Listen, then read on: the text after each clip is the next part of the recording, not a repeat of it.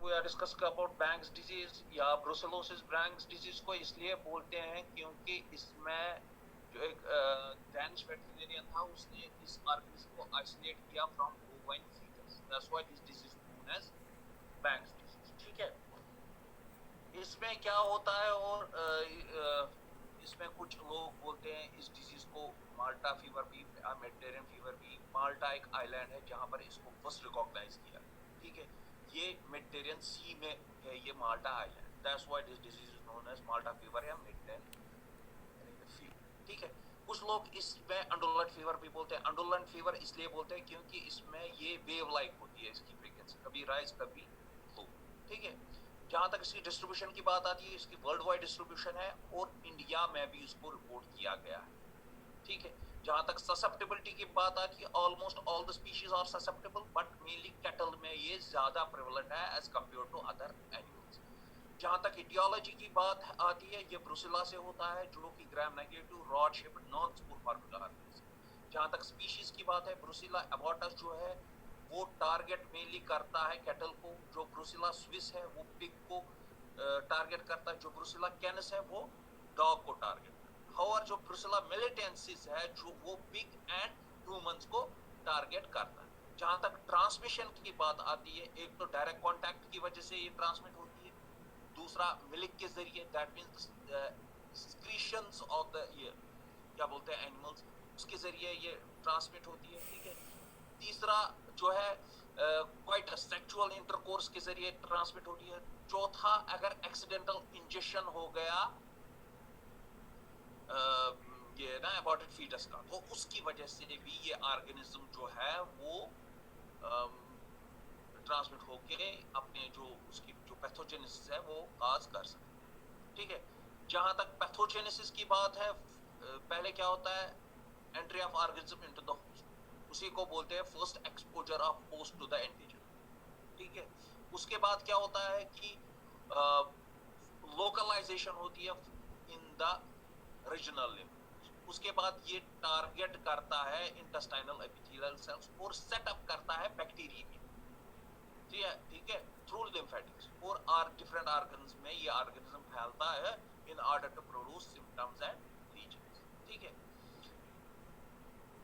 उसके बाद क्या होता है कि ये ऑर्गेनिज्म स्ट्रॉन्ग एफिनिटी शो करता है towards the placenta and foetus, क्योंकि वहां पर ट्रोफोब्लास्ट्स होते हैं फीटस में, जिसके अंदर एक पर्टिकुलर शुगर होता है जिसको हम एर्थ्रोट्रॉल।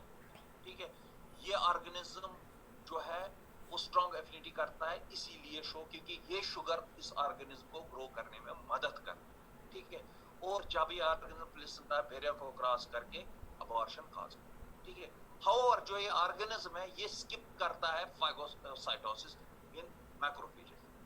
क्या होता है कि जब ये मैक्रोफेज इसको अनगल्फ करती है, ये फागोसोम में रखती है, ये प्रिवेंट करता है fusion between the phagosome and lysosome, that means phagolysosome बनता नहीं है और जो लाइसोसोमल एंजाइम है वो फॉरेन एंटीजन पे एक्ट नहीं करते, और उसकी वजह से ये जो ऑर्गेनिज्म है स्किप करता है फागोसाइटोसिस और डिस्ट्रीब्यूट हो जाता है within the cell throughout the body. ठीक है, हाउएवर ये अब सवाल उठता है कैसे गेट रिड ऑफ इन्फेक्शन होता है। क्या होता है कि माइक्रोफेजेस जब एक्टिवेट हो जाते हैं under the influence of certain cytokine जैसे गामा इंटरफेरॉन या इंटरल्यूकिन 2, वो होते हैं responsible for the destruction of this foreign antigen. ठीक है, जहां तक सिम्टम्स की बात आती है, इसमें मेनली अबॉर्शन होता है इन कैटल में in last trimester of gestation, pigs में होती है इन सेकंड या थर्ड मंथ्स में अबॉर्शन, और जो दूसरे एनिमल्स जैसे शीप, गोट एंड डॉग उनमें अबॉर्शन दिखने को मिलता है, आर्काइड्स दिखने को मिलता है और एपिडेमिक माइट्स दिखने को मिलता है। जहां तक क्रॉस लीजन की बात आती है, सबसे पहले हम क्या देखते हैं, नेक्रोसिस ऑफ द कॉटिलिडॉन्स।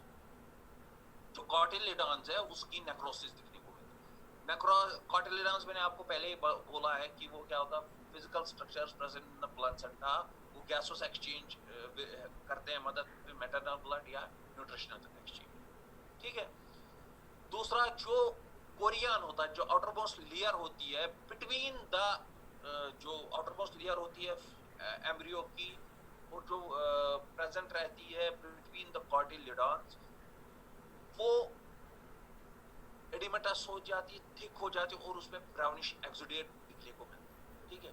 और ये जो क्या बोलते हैं कोरियन होता है, ये लेदरी इन कंसिस्टेंसी, ठीक है। इसमें जो इफेक्टेड जो बोवाइन के मेमोरी ग्लैंड्स है वो हार्ड बन जाते हैं, एनलार्ज्ड होते हैं। और इसमें जो आर्काइड्स होते हैं, इसमें जो क्या बोलते हैं जो मेल है उनमें आर्काइड्स दिखने को मिलता है, एनलार्ज्ड प्रोस्टेट ग्लैंड्स दिखने को मिलता है, एपिडाइमेंट्स दिखने को मिलता है, ठीक है।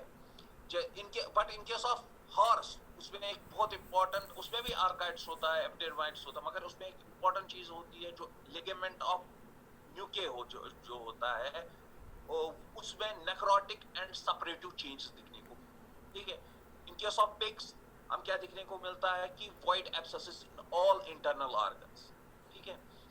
दूसरा जो शीप है, शीप में आर्काइड्स होता है, एपिडेर्माइट्स होता है, और जो क्या बोलते हैं जो डॉग है उसमें एक तो एबॉर्शन होता है, ठीक है, ब्रोंकोनोमोनिया होता है और ऑस्टियोमेलाइट्स दिखने को मिलता है, ठीक है। जहां तक माइक्रोस्कोपिक लीजन्स की बात आती है, जो मेमोरी ग्लैंड्स जो है उसमें जो बोवाइन मेमोरी ग्लैंड्स है उसमें सबसे पहले इन्फ्लेमेशन दिखने को मिलती है with different types of cellular inflammation.